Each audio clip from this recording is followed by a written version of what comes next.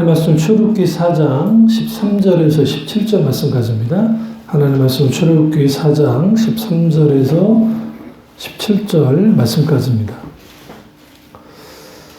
모세가 이르되 오 주여 보낼 만한 자를 보내소서. 여호와께서 모세를 향하여 노하여 이르시되 레위 사람 내 형 아론이 있지 아니하냐. 그가 말 잘하는 것을 내가 아노라. 그가 너를 만나러 나오나니 그가 너를 볼 때에 그의 마음에 기쁨이 있을 것이라. 너는 그에게 말하고 그의 입에 할 말을 주라. 내가 내 입과 그의 입에 함께 있어서 너희들의 행할 일을 가르치리라. 그가 너를 대신하여 백성들에게 말할 것이니 그는 내 입을 대신할 것이요 너는 그에게 하나님같이 되리라. 너는 이 지팡이를 손에 잡고 이것으로 이적을 행할지니라. 아멘. 말씀 제목은 하나님의 자리로 옮겨가게 하는 조정이라는 말씀을 나누도록 하겠습니다. 하나님의 자리로 옮겨가게 하는 조정이라는 제목으로 말씀을 나누도록 하겠습니다. 우리가 출애굽기 오늘 이 본문에 있는 이 4장, 특별히 3장, 그 다음에 4장, 이 말씀은 모세에게서 가장 중요한 사건입니다. 왜냐하면 이전에 그의 인생의 모든 전반기, 그 다음에 80세에 이르렀던 후반기, 이 모든 것을 통틀어서 그가 이제 획기적인 조정을 통해서 40년 동안의 길고도 긴 하나님의 이스라엘 백성들을 향한 인도하심, 그리고 또 그들을 지도하고 가르치고 이끄는 그런 사역을 감당하게 되기 때문에 그렇습니다. 여기서 중요한 게 우리가 하나님 그분의 하신 일에 내가 참여하려면 내 인생을 하나님의 뜻에 맞게 조정해야 됩니다. 그래야 하나님이 하신 일에 내가 동참할 수 있어요. 오전 설교는 내 인생에 하나님이 찾아오셔서 일하시고 역사하시는 그런 측면에서 설교라고 한다면 오늘 이 오후 설교는 우리가 하나님께 적극적으로 하나님 일에 동참하는 거예요. 그리고 그 동참하려면 반드시 내 인생을 하나님의 뜻에 맞게 조정해야 됩니다. 두 가지를 조정해야 되는데 하나는 사고 방식을 조정해야 되고 다른 하나는 행동 양식을 바꿔야 돼요. 예수 그리스도를 믿었는데 그리고 그분이 나의 구세주로 믿기는 하는데 사고방식이 바뀌지 않는 교인들은, 신자들은 말 그대로 자연인 혹은 이전의 자신과 다를 바가 하나도 없습니다. 똑같이 살아요. 다만 쓰는 용어, 그 다음에 뭐 집사님, 권사님, 뭐 교회적인 용어만 쓸 뿐이지 사고방식이 바뀌지 않으면, 세계관이 바뀌지 않으면 이전이나 이후나 똑같아요.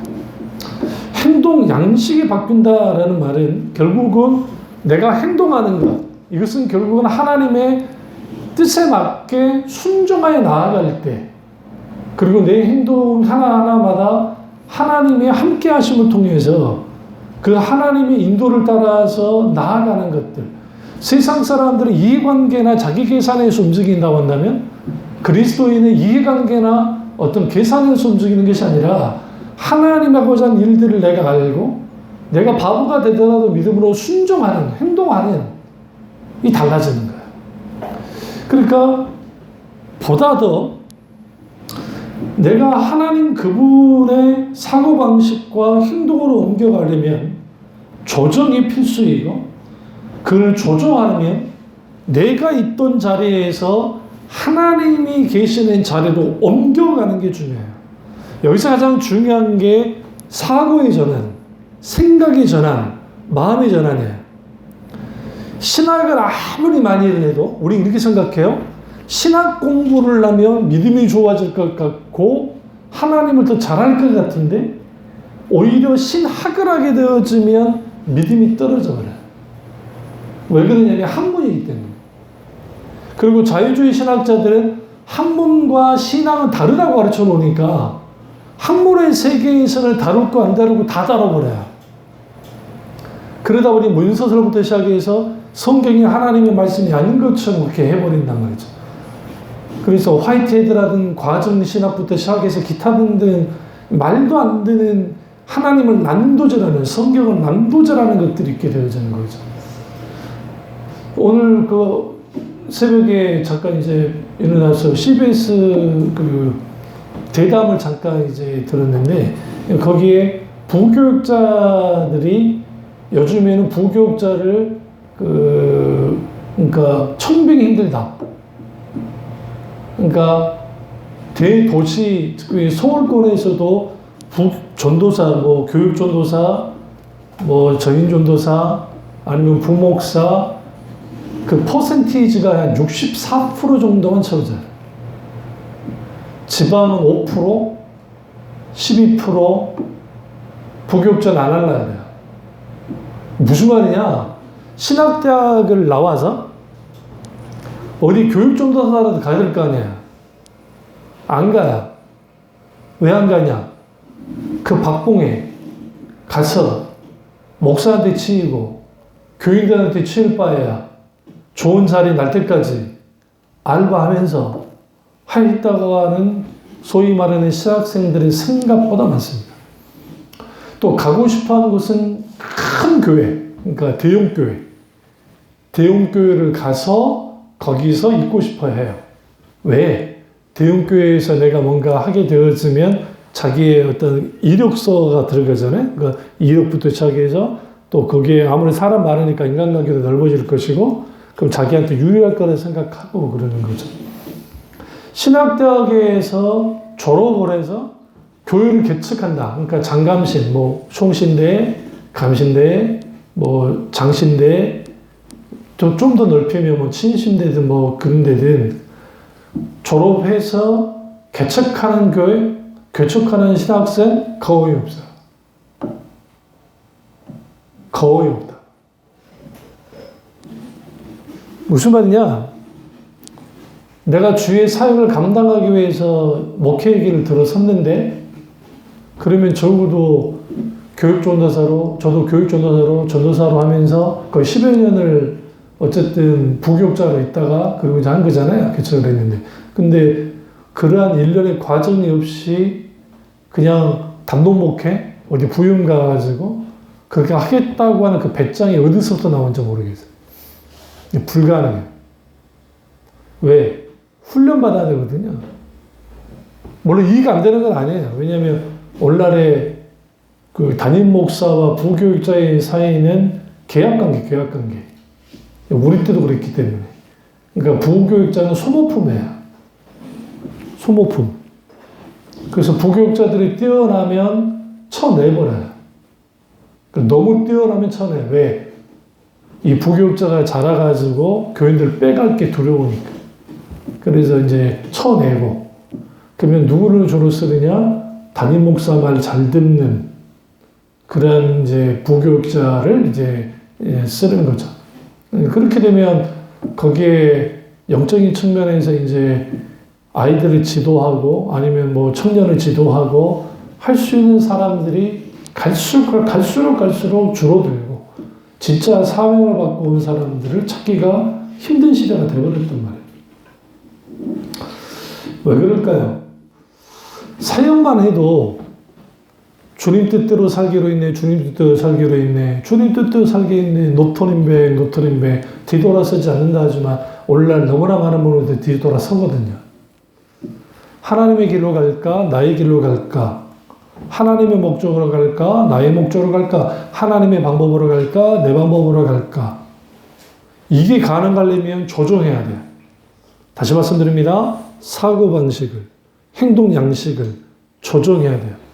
예수 믿는 사람의 삶의 라이프 스타일은 복잡하면 안 돼요. 심플해야 돼요. 어떻게? 하나님께 예배 드리고 하나님께 영광 드리는데 방해되는 요소들은 적당히 하고 질서 있게 해야 돼요. 그러니까 지나치게 여러 일에 여러 이것저것에 막 움직여지는 사람들은 하나님과의 관계 속에서 흐트러지기 쉽습니다. 이제 흐트러지면 방향을 잃고 신앙에서 가장 중요한 것은 방향성인데 그 방향을 잃어버리면 나는 분명히 그 방향으로 갔다고 생각하지만 안 되는 거예요. 오늘날 이 빅뱅 우주론, 그러니까 그 우주가 갑자기 어느 날 뻥 터져가지고 우주가 생겼다고 이제 그런 천문학자들, 물리학자들의 주장이 있었는데 이게 이제 뒤집히고 있어요. 어떻게 뒤집히느냐? 우리가 눈으로 볼 수 있고 망원경으로 볼 수 있는 우주 공간을 계속 이제 워낙 이 망원경이, 천체 망원경이 이제 발전을 하다 보니까 어떤 일이 벌어졌냐면 우리들의 우주와 다른 또 은하계를 발견한 거야. 무슨 말이냐? 우리 은하계가 이제 우리 우주라는 은하계가 있는데 설명되지 않은 또 은하계가 또 있는 거야. 그 크기가 눈에 보이는 크기가 우리 우주의 10분의 1 정도. 이게 상상할 수 없을 만큼 어마어마한 크기야. 이게 무슨 말이냐면 어느 뭐 원자에서 펑 터져가지고 뭐 생겼다고 하는데 이거 이전에 우주가 있을 수 있다고 생각하는 학설까지 나가고 있어요. 제가 왜 이 말씀 드린 줄 아세요? 인간이 하나님의 형상으로 창조됐기 때문에 이 거대한 우주를 자기들의 가설을 가지고 머릿속에서 다 그려내. 이럴 것이다, 저럴 것이다. 여기서 우리가 한 가지 아셔야 될 게 빛 있잖아요, 빛. 하나님의 천지 창조할 때 첫 번째 날 창조한 게 뭐예요? 빛이에요. 빛이 있으라 하시네. 우리가 생각하는 빛은 해, 달, 별, 해를 만들었을 때 빛이 있었어요. 그 다음에 별이 만들어졌죠, 넷째 날에. 무슨 말이냐? 넷째 날에 해, 달, 별들이 만들어졌다고요. 그 전까지는 빛이라는 게 존재하지 않아요. 왜? 흑암의 기품이 있었기 때문에. 그런데 첫째 날에 빛을 만들었답니다. 이 빛이 뭐냐가 굉장히 중요해요. 이게 뭔지를 몰라요. 그러니까 우리는 물리학적으로 태양 빛으로 모든 것을 재잖아요. 빛의 속도. 우주가 이렇게 팽창하는 게 과학자들이 계산을 해보니까 빛의 속도 빠르게로 팽창하고 있어요. 별과 은하들이. 상상할 수 없는 속도로 막 지금 팽창을 한다고요. 막 밖으로 나가는 거예요. 이런 거를 이제 계산을 하면서 막 하거든요. 그럼 인간이 얼마나 교만하냐면 몇백만 년 전, 몇 년 전 쉽게 말해요. 쉽게. 우리는 빛에 대한 이 빛이라고 하는 이 하나에 대해도 정의를 내리지 못할 수 있어요. 왜냐하면 하나님이 첫째 날에 빛을 만들었기 때문에. 물론 여기는 여러 의미가 있어요. 뭐 이제 그 빛이 이런 것이다 저런 것이다 뭐 그렇게 하긴 하지만 오늘 제가 말씀드리는 것은 그거예요. 우리의 사고방식이 철저하게 성경 중심의 하나님 말씀 중심의 사고방식이 아니면 세상적인 사고방식에 내가 같이 가게 돼 있어요. 그러면 내가 조종할 필요가 없는 거예요. 그러니까 이런 사람들 있죠. 예수를 믿었어. 근데 이전의 생각과 행동 방식 똑같아. 다만 예수를 믿었어. 그리고 자기는 그리스도인이래. 그런데 그의 생각, 그들이 말하는 거, 그러한 것들을 하나하나를 들여다보면 전혀 예수 믿는 사람이 아닌. 왜 그러면 그러한 것들이 있게 되는 것인가? 단 한 번도 조종한 적이 없기 때문에 그렇습니다. 반드시 우리는 하나님 앞에 우리가 조종돼야 되는데 왜 조종돼야 되느냐? 하나님의 자리로 옮겨가기 위해서 조종해야 됩니다.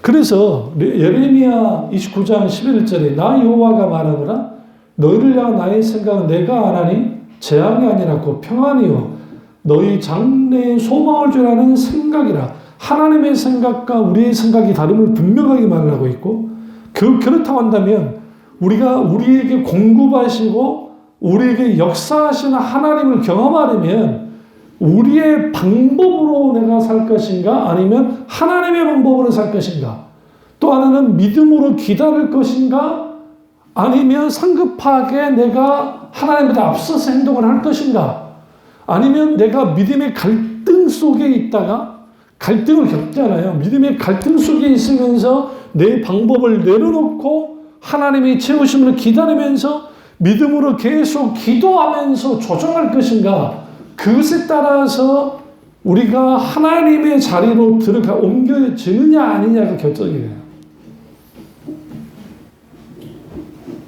그러면 조정은 우리의 믿음에 따라 행동하는 시점이 옵니다. 실제로 조정이 사고의 전환이 필요한 거죠. 생각의 전환이 필요하고 사상의 전환이 필요하고, 지금 나오는 그 드라마들, 뉴스, 그 다음에 이 모든 것들은 이 시대의 정신을 그대로 담고 있어요. 그러니까 하찮은 CF도 마찬가지야. CF 속에서도 이 시대의 정신을 담아버려요. 우리는 모르고 지나갈 뿐이지. 예능 작가들, 드라마 작가들, 그 다음에 그 뉴스도 이걸 다 데스크에서 다 이제 작업을 해서 나온 거니까 거기에 탁탁탁 담겨져요. 그 담겨진 게 딱 우리에게 전달됐을 때 우리가 영적인 분별력이 없으면 세상적인 사고방식을 그대로 가지고 나가요. 근데 그렇게 되어지면 무슨 일이 벌어지냐면, 분명히 알겠는데, 성경의 관점에서는 알겠는데, 이전에 기본적으로 우리가 갖고 있던 것을 가지고 행동하고 말하고 해버리는 거예요. 이게 문제인 거죠. 그래서 여러분이 아들, 딸, 공평하게 대우해야 하잖아요. 응? 근데 막상 어떤 일이 되어질 때 아들에게 더 준다. 아들에게. 왜? 유교 문화 안에서 왔기 때문에. 그리고 딸은 시집 보낸다는 개념 속에서 우리 재산을 잃는 것 같아. 근데 아들한테 주면 그래도 내가 잃는 것 같지는 않아. 그래도 우리 것 같아. 느낌이. 실제로 그렇진 않지만. 그럼 그러한 것들을 우리가 믿음의 눈으로, 성경의 관점의 눈으로 딱 들여다보시면, 하나님이 영적인 유업을 줄 때에 그 시대의 정신을 그대로 따라가진 않아요. 야곱에게 주님이 뭐 하시죠? 유업을 주잖아요. 장자의 명분을 주고. 그걸 야곱이 수단과 방법을 안 그리고 쟁취한 게 문제였지. 너무 깜짝 놀란 게 어떤 목사님이, 내가 CTS인가 설교 듣다가 야곱처럼 그렇게 쟁취하는 믿음을 가져야 된다고. 아주 막 설교를 10배로 통하며 설교를 들어. 아니에요. 아니라고요. 물론 하나님이 야곱을 뭐 했죠? 장자로 삼는 사실이에요. 에서가 장자지만. 그러나 그것은 하나님이 세우지 자기들이 하는 게 아니거든. 근데 야곱이 자기가 해버려서, 그래서 거기에 수많은 일들이 벌어진 거예요. 거기에. 그렇게 하면 안 됐는데 불구하고. 마찬가지로, 그러니까 하나님이 야곱을 조종시키는 거예요. 어떻게? 하나님을 기다리는 법을 계속 배우게 만드는 거예요. 기다리면서 조정하고, 기다리면서 조정하고, 기다리면서 조정하는 거. 이 부분이 없게 되어지면 우리가 하나님께 조정해야 순종할 수 있는데 순종을 못하는 거야. 그래, 주님 뜻대로 살아야죠. 주님 뜻대로 살기로 했네. 주님 뜻대로 살기로 했는데 주님 뜻대로 안 살아. 주님 뜻대로 사는 게 불가능해요. 뒤돌아서지 말라는데 뒤돌아서야 되겠어요. 그러다 보니 교회들마다 말씀대로 사는 것이 불가능하다고 생각해요. 실제로 성경은 성경이고 설교는 설교일 뿐이다. 우리의 삶은 우리의 삶이다. 철저하게 구분되어져요. 구분시키면서 하나님의 뜻, 하나님의 계획, 하나님의 목적보다도 내 계획, 내 생각, 내 방법, 내가 원하는 것들, 그것을 가지고 모든 것을 해나가요. 그게 마치 옳다고 생각하니까. 그러니까 그 옳다고 생각하는 걸 가지고 해. 그리고 성과도 나와요. 눈에 보여지는 성과들. 숫자도 늘어나요. 그리고 교인수도 있어요. 뭐 헌금도 있으니까 재정적으로도 괜찮아. 뭔가 되는 것 같아. 그러니까 이제 그걸 통해서 하나님 하셨다고 하긴 하는데, 또 문제는 뭐냐면 거기서 있게 되어졌던 수많은 인간적인 수단과 방법들, 하나님의 방법과 배치되는 것들, 아랑곳하지 않아요. 왜? 결과만 좋으면 다 된다고 생각하기 때문에 그렇습니다. 그렇다고 한다면 우리가 하나님과 우리 사이에서 실제로 내가 하나님의 자리로 가려면 조정해야 되는데, 도대체 그 조정을 어떻게 하냐는 거예요. 그 조정은 하나님의 뜻과 내 뜻이 얼마나 다른지를 알아야 돼요. 판별해야 돼요. 그러니까 하나님의 뜻이 있고 내 뜻이 있는데 얼마나 다른지, 하나님이 원하는 것과 내가 원하는 것이 얼마나 다른지에 대하여 우리는 좀 들여다볼 수 있어요. 근데 우리 그러지 못하거든요. 얼마나 배짱들이 좋으냐면, 내가 원하는 것은 하나님도 원하신다. 제가 예전에 같이 중립이란 말을 했잖아요. 죄는 아니야. 돈도 죄는 아니잖아요. 레포츠 즐기는 거 죄 아니잖아요. 그런데 잘 들으세요. 모든 얽매이기 쉬운 것이라고 할 때 얽매이는 죄, 이런 모든 것들은 뭐냐면 그 자체는 죄는 아닌데, 이게 우리가 컨트롤하지 못하면, 조절하지 못하면, 질서 있게 적당히 하지 못하게 될 때 이게 뭐가 되어지냐면 하나님 앞에 죄가 될 수 있어요. 한 가지가 뭐냐면 소위 자기 열심으로 인한 과잉 열정. 그러니까 신앙생활을 하는데 이런 경우죠. 이제 박용수 목사님이 이 말을 잘 하셨는데, 어떤 직장이 있는데 그 직장에 신우회를 조직을 해서 그리스도인들이 모여서 이제 점심시간에 잠깐 신우회 예배를 드리든, 아니면 일주일에 한 번씩 뭐 2번씩 예배, 직장 끝나고 모여서 우리 그리스도인이다 하면서 예배 드리고 그 나누는 거. 그런데 그거 좋다 이거예요, 그게.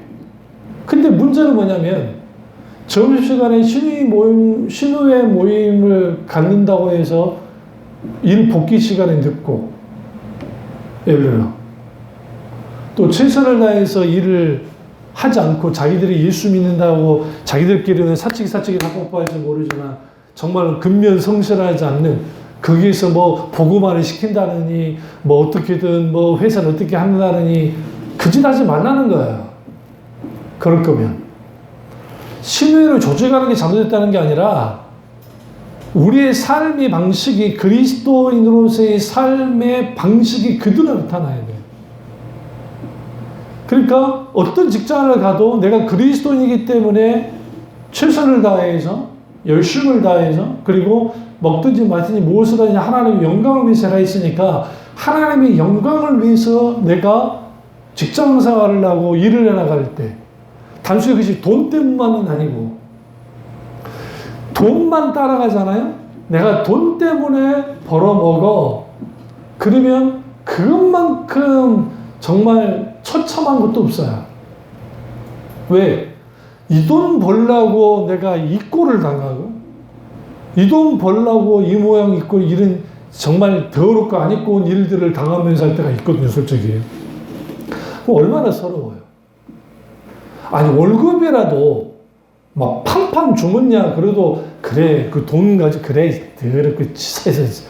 그래서 설문조사를 해보니까 직장인들의 거의 한 80% 이상이 언제든지 때려치고 싶다. 근데 언제 때려치고 싶은 마음이 없어지느냐? 월급날. 월급날 입금됐을 때. 근데 그 마음이 얼마 안 간대. 갑자기 스마트폰에 삥삥삥 소리가 난대. 띵띵띵 무슨 소리? 돈 빠져나가는 소리. 카드값 나가고 뭐 저기 나가고 그리고 남아있는 잔액을 보면 내가 이러려고 일을 했나? 이해가 되죠. 진짜 이해가 되는 거지, 진짜. 근데 거기에 내가 신우회를 하고 뭐를 하고 그리스도인에 하면서 자기들끼리 막 그럴 줄 모르지만 거기에 섬김과 근면성실함과 그리고 하나님의 영광을 위해서 직업적인 소명을 가지고 그렇게 살아가는 것은 전혀 달라요. 그러니까 이번에 우리 이삭이 그 수술했던 그 담당 의사가 1일 이제 입원이잖아요. 1일 입원인데 다른 수술한 의사는 한 명도 안 왔어요. 그냥 전공의들만 보내가지고 그냥 알아서 연차차에서 이제 뭐 어떤 상황 알려주고. 근데 이 선생만 딱 와가지고 이삭이 딱 보더니 이삭이 그 수술할 때 너무 힘들었다고 말했거든요. 그 양반도 힘들었고 이삭이도 힘들었고 1년 전에. 근데 앉아서 이야기하는 거 보니까 너무너무 좋아하더래. 그러면서 이제 굉장히 기뻐하며 이야기하면서 상태도 막 보고 그러고 갔다는 거예요. 여러분, 어떻게 보면 그 의사 선생님 오지랖 같은 거 같지 모르지만 직업의식이 있는 거예요. 그 사람이 예수를 믿는지 안 믿는지도 모르겠지만 적어도 이 환자에 대한 정말 그 마음을 가지고 뒤에 나갈 때, 그게 제가 중대에 있을 때 홍영호 선생님이 그랬거든요. 그 대신 이게 너무 많아. 불필요해. 그러니까 그 수간호사가 옆에서 말을 잘라버려. 선생님 됐고요. 그러면 또 그런 것도 그래. 그 이제 수가상은 더 세. 그때는 이제 얼마 안 남았으니까. 그 대신 뭘 하냐면 그 홍영호 선생님이나 그분들이 진심이 있어요. 환자에 대한 진심이 있다고요. 그러니까 그분이 어쨌든 낫게 하고 싶고, 그러니까 제가 2번째 매니아로 갔을 때 왜 또 왔어? 그랬거든, 나한테. 오지 말지. 아이고, 어떡한데? 이런 그러지. 그러니까 여러분, 그게 한마디 말이지만 다르잖아요. 예수 믿는 사람이 그래야 되거든. 세상에 딱 들어가서 내가 살아갈 때 내 삶의 방식과 행동 방식이 세상 사람과 달라야 돼요. 세상 사람들 철저히 이해관계야. 근데 예수 믿는 사람은 손해보는 관계 속에 들어가는 거야. 예수님이 손해보라고 산상수훈 계속 말하잖아요. 응? 구원인 자 있으면 구워주고, 오리로 가자면 심리 가고, 왼편 뺨을 때리면 오른편 뺨을 때리면 왼편 뺨 해주고, 이게 무슨 말이냐? 바보 예수처럼 살아라는 거예요. 예수 믿는 사람은 바보 예수처럼 사는 사람들이야. 그게 행동의 조종으로 가고, 삶의 우리의 사고방식의 조종, 특별히 사상 같은 게 그래요. 요즘에 캐나다 같은 경우, 요즘 캐나다로 이민했던 사람들이 많이 나옵니다. 그러니까 우리나라 사람들 캐나다 이민 갔다가 나와보나요? 살기 힘들어가지고. 일단 그날은 너무 추운 나라라 계절적으로 살기 힘들고, 그리고 미국은 그나마 살기는 힘들어도 직장은 많아요. 일자리가 굉장히 많아요. 미국이라는 나라가 세계 1위니까. 근데 캐나다는 한정적이고. 그러니까 우리는 이미지가 공기 맑고 저기 살기 좋고 할까. 지금 범죄율이 엄청납니다. 캐나다가. 다른 나라에 비해서도 덜하긴 하지만 그래도 막 쑥쑥쑥쑥 올라가요. 그리고 집값 상상을 초월합니다. 내가 직접 어떤 캐나다로 갔던 분 이야기를 다 들어보니까 거기에 기본이 뭐 600, 700 있어야 돼요. 한 달에. 들어가는 돈이. 집 렌트부터 시작해서 이렇게 하다 보면 그게 어마어마하게 감당 못 해요. 우리는 환상을 갖고 있는 거예요. 아, 그런 나라 가면, 거기는 돈이라도 많은 사람들 가면 그런 나라고. 그러면 우리는 그렇죠. 우리가 어떤 하나의 사상, 생각, 그 다음에 어떤 행동 방식, 이런 것들을 예수님처럼 생각하고 예수님처럼 행동하면 좋겠는데, 이게 가능하려면 우리의 사상과 생각과 행동을 조정해야 돼, 계속. 그래서 예수님이라면 어떻게 했을까라는 소설책, 그 소설이에요. 아마 여기 있나? 사놨는데. 거기에 결국은 막 여러 일들이 벌어질 때 답은 한 가지였어요. 주님이라면 어떻게 했을까? 응? 우리 자식 새끼들이 더럽게 말 안 듣고 언제 지들이 혼자 스스로 큰 것처럼 잘난 척하며 들이받을 때 그럼 주님은 어떻게 하셨을까? 한 가지 생각을 해보면 거기에 숨 쉴 공간이 생기고 어떻게 해야 될지 알잖아요. 마찬가지로 우리가 조정은 계속하는 거예요. 제가 교회 아침에 딱 와가지고 하는 게 여기 뭐 여러 가지도 하지만 우리 오픈기 기름도 넣고 여러 가지 다 하죠. 그리고 마지막 단계에서 하는 게 이제 기타로 튜닝을 하거든요. 그래서 기타 튜닝을 딱 맞춰요. 맞추고 난 다음에 그렇게 쳐야 원래의 음이 막 들리잖아요. 마찬가지로 우리가 하루하루 말씀으로 우리를 조종시키고 기도로 조종을 시키고 우리의 생각과 사고방식과 이것을 다 조종시켜야 돼요. 그래서 내가 어디로 가고 있는지, 어느 위치에 있는지, 무엇을 하고 있는지, 무엇을 할지, 어떻게 할지까지도 하나님 안에서 조종하면서 한 걸음 한 걸음 나가야 되는데 그게 아니라 덮어놓고 묻지도 말고 따지도 말고 하나님 이렇게 해주십시오. 하나님 이렇게 열릴 줄 믿습니다. 그러니까 이제 복불복식의 기도를 해. 하나님 이번에 이 계약건이 잘 되면 하나님 하신 줄 믿고 이 계약건이 안 되면 하나님이 안 하신 줄을 믿습니다. 아버지 그런데 아시지요? 되게 해주셔야 됩니다. 하나님 되게 해주십시오.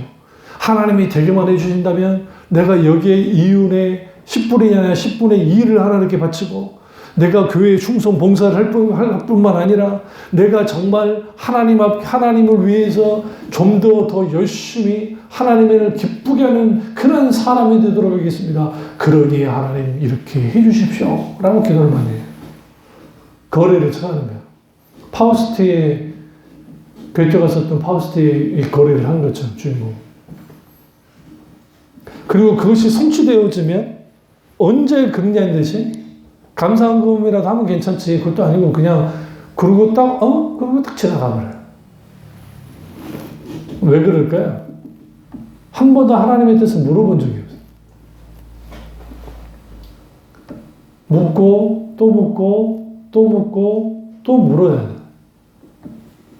일본의 그 대학 중에 동경대가 최고지만 사실상 일본의 이 노벨상을 많이 배출한 데가 교토대학이에요. 근데 교토대학의 특징이 뭐냐면 지금은 안 그러는데 좀 덜 하는데 교토대학은 커리큘럼이 없어요. 무슨 말이냐? 어느 정도 있긴 있는데 자기들이 알아서 듣는 거야. 결정적으로 출석을 안 불러.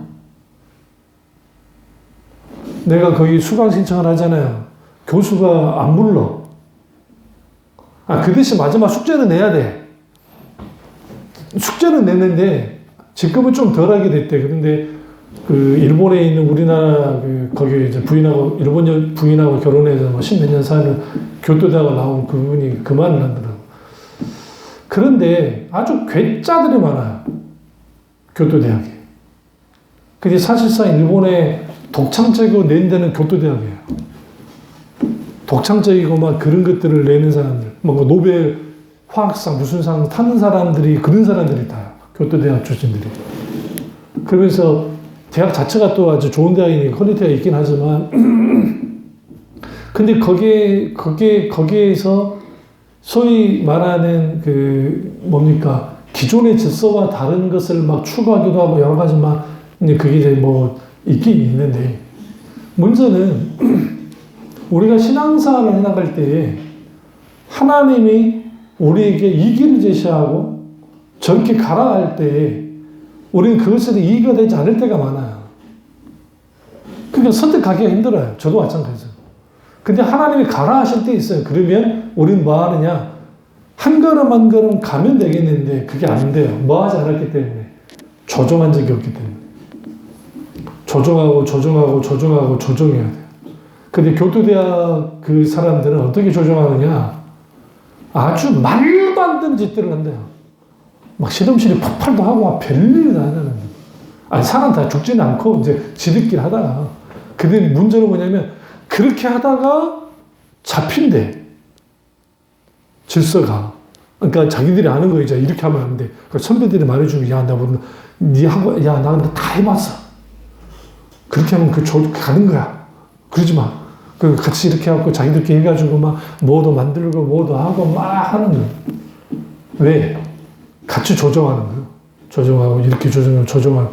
근데 동경대학 출신들 우리 서울대가 똑같아가지고 아주 스탠다드하고 아주 점잖고 아주 머리 좋고 아주 막 그 잘해. 시키는 건 잘해. 응? 있는 건 잘해. 근데 뭐를 못해? 돌발적이고 이것은 잘 하지 못하는 거예요. 그렇게 돼버려요. 신앙의 세계도 마찬가지예요. 규칙을 따라가는 신앙은 율법주의가 그렇게 가르쳐 놨으니까 율법주의가 규칙을 이렇게 잘 지키면 돼. 신앙 규칙만 따라가면 돼. 근데 하나님은 그 말이에요. 그건 아니야. 내가 너희에게 규칙을 준 것은 이게 진짜냐 가짜냐. 그러니까 율법을 준 것은 이게 죄다 아니다를 알게 하기 위함이지. 율법을 잘 지켜서 율법을 통해서 구원하라고 준 게 아니에요. 율법을 준 것은 율법 앞에 선 내가 내 의지와 내 능력과 내 방법과 내 힘으로 이걸 완벽하게 지킬 수 없다는 사실을 알고 그 율법 앞에서 내가 절망을 가는 거예요. 어떤 절망? 내가 죄를 이길 수도 없고 내가 죄를 짓지 않을 수도 없다는 절망 속에서 하나님 그분만을 의지하라고 그분만을 신뢰하라고 하는 거예요. 율법을 주신 거예요. 그리고 그 율법을 통해서 질서를 세우는 거예요. 어떤 질서를 세워? 이게 참이고 거짓이라는 것을 분명하게 보여서 우리가 하나님의 길을 갈 때 분별하는 그 분별할 수 있는 게 율법입니다. 그래서 율법은 소중한 거예요. 잘못된 게 아니에요. 그러면 여기서 우리는 평상시 내 삶을 살면서 내가 순종하는 삶을 살 수 있느냐? 불가능해요. 노아가 방주를 만들으라고 했을 때 하나님이 자기 삶 다 살면서 그냥 낳는 시간에 와가지고 뚝딱뚝딱 하고 방주가 만들어집니까? 조정해야지. 이건 뭐라는 획기적인 조정이라고 그래요. 때로는 점진적인 조정도 필요하지만 획기적인 조정도 필요할 때 있어요.